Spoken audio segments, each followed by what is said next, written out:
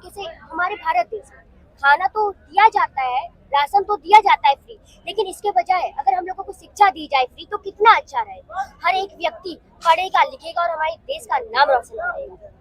इसलिए हम चाहते हैं कि अगर राशन के बजाय अगर आप शिक्षा फ्री करें तो ज्यादा अच्छा हो। आरक्षण को लेकर थोड़ा बवाल क्यों मचता है? क्योंकि आरक्षण आरक्षण हमारा अधिकार है। जब तक हमें आरक्षण नहीं मिलेगा क्या हम नौकरियां कर पाएंगे? क्या हम उन उच्च पदों पर बैठ पाएंगे? क्या हम बाबा साहब जी के सपनों को साकार कर पाएंगे? इसलिए हम आरक्षण के लिए लड़ाई लड़ रहे हैं। क्या रे आरक्षण वालों पे मेरिट? पढ़े लिखे हैं, शिक्षित है, लेकिन उनके पास नौकरी नहीं। ये आरोप तो ऐसे लगता ना बट है। और इन्हीं लोगों ने 3000 साल 100% आरक्षण खाया, उसका क्या? बताइए उसका क्या?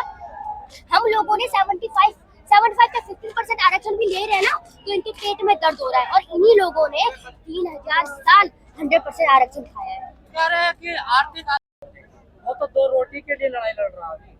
देखिए पढ़ेगा कैसे? उनको कैसे न कैसे कर पढ़ना है। सारी शिक्षा तो प्राइवेट कर दी गई है। देखिए यही तो बात है ना।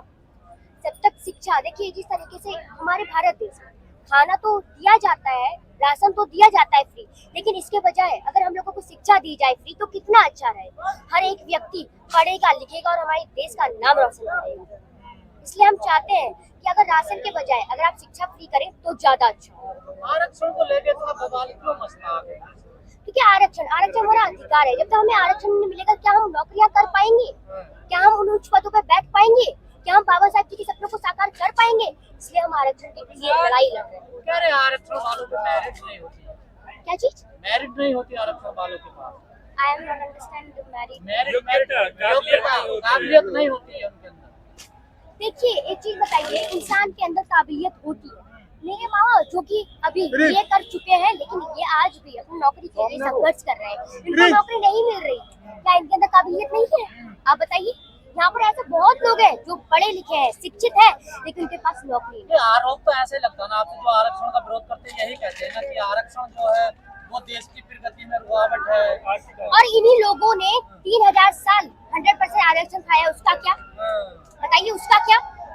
हम लोगों ने 75 का 15% आरक्षण भी ले रहे हैं ना, तो इनके पेट में दर्द हो रहा है। और इन्हीं लोगों ने 3000 साल 100% आरक्षण खाया है। कह रहे हैं कि आर्थिक आधार पे होना चाहिए, मतलब जो गरीब है उसको मिलना चाहिए, जाति के आधार। देखिए हम नहीं चाह रहे हैं कि जाति के, देखिए ये लोग आरक्षण के लिए करते रहते हैं कि हाँ जाति के हिसाब से। तुम जाति खत्म करो और आरक्षण हम तुम्हारे मुंह पे मार देंगे। छोटी सी बात है।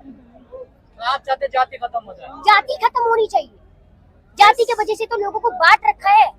जाति को खत्म करो और आरक्षण तुम्हारे मुंह पे मार जाति देंगे। तो ऐसी चीज है जो जाति ही नहीं है कभी भी। क्यों नहीं जाती? जा सकती है। इंसान इंसान होता है। जो हवा मैं लेती हूँ वही हवा आप भी लेते हो, जो आप खाना खाते हो वही मैं भी खाती हूँ, जो मैं पानी पीती हूँ वही आप भी पीते हो। तो क्यों नहीं हो सकती है जाति? धर्म ग्रंथ नहीं मानते ना चीजों को। तो धर्म ग्रंथ क्यों माने? हम धर्म ग्रंथ ने ही तो बना रखा है ना जाति। इन्हीं को खत्म करो। जो एक व्यवस्था हजारों सालों से चली आई है, लोग उसको खत्म करना तो चाहते ही नहीं है। तो वही तो बातें है ना। उनको लगता है पता है इनसे इनके साथ कितना कुछ हो जाएगा, कितना अच्छा होगा, लेकिन वही लोग आज खाने के लिए भी तरस रहे हैं। हमारे लोग जो बोलते हैं कि हाँ वही सबसे ज्यादा पूजा पाठ करते हैं, लेकिन उन्हीं के साथ सबसे गलत होता है। वो भी एक एक रोटी के लिए तरसते हैं।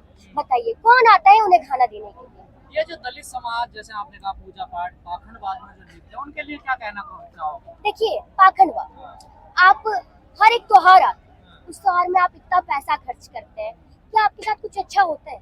जब आपके साथ कुछ होता है, कुछ गलत होता है, तो कौन बचाने के लिए आपको आता है? कौन आपके लिए लड़ता है? बताइए। जब तक आप कुछ खुद से नहीं करेंगे तब तक कुछ भी नहीं हो सकता है। मैं आपको एक एग्जांपल देना चाहूंगी। आपका कल एग्जाम है, आप कुछ पढ़ाई मत करो और बोल देना कि हाँ कल मेरा एग्जाम कोई करके चला जाए या खुद से हो जाए। क्या ऐसा पॉसिबल है? बताइए ऐसा पॉसिबल है? नहीं है ना। तो कैसे मान ले बताइए। लेकिन अब लड़ाई ये है कि जिन लोगों को आरक्षण मिल गया, वो जो ऊपर उठ गए, जो अधिकारी बन गए, जिसके पास घर आएगा गाड़ी आएगा, उसको आरक्षण छोड़ देना चाहिए। तो उनकी आने वाली पीढ़ी, देखिए उन लोगों को तो छोड़ना है। देखिए मैं आपको सच कहूँ, अभी के टाइम पे हम लोगों को आरक्षण नहीं मिल रहा है। हमारा आरक्षण बल्कि ये जनरल लोग खा के बैठे हुए हैं, वही उच्च पदों पे बैठे हुए हैं। हमें हमारा अधिकार चाहिए। छोटी सी बात, मतलब जिसकी जितनी हिस्सेदारी, उसको उतनी उतनी हिस्सेदारी मिलनी चाहिए। तो उसके लिए तो जाति जनगणना जरूरी है। वो जाति जनगणना ही तो नहीं हो रही है ना। हमें वही जानना है कि कितने लोगों को क्या मिल रहा है, कितना आरक्षण मिल रहा है। हमारी मांग ही यही है कि जाति गणना होनी चाहिए। वो कह रहे हैं जाति जनगणना अगर होगी तो इससे जातिवाद बढ़ेगा। किसने कहा? सरकार के लोग ऐसा कुछ भी नहीं है। आप करिए ना, आप करिए, क्यों नहीं कर रहे हैं आप जाति जनगणना? नहीं है कि हम कास्टलेस सोसाइटी बनाना चाहते हैं। और अभी भी SC/ST का आरक्षण तो वर्गीकरण किया जा रहा है, फिर उसका क्या?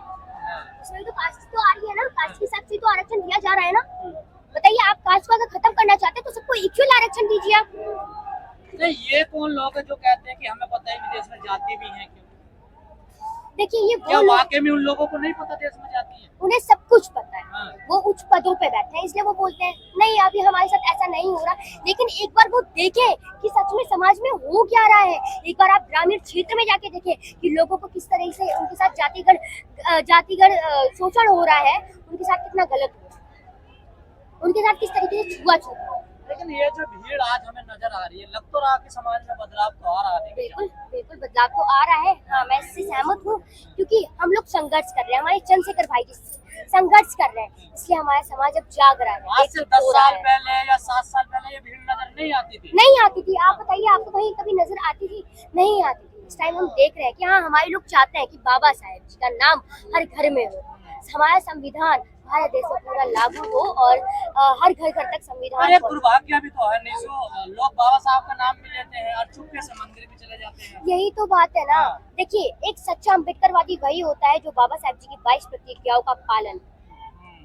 जब तक बाबा साहेब जी को उन 22 प्रतिज्ञाओं का पालन नहीं करेंगे, तब तक एक व्यक्ति कभी असली अम्बेडकरवादी हो ही नहीं सकता। चलिए।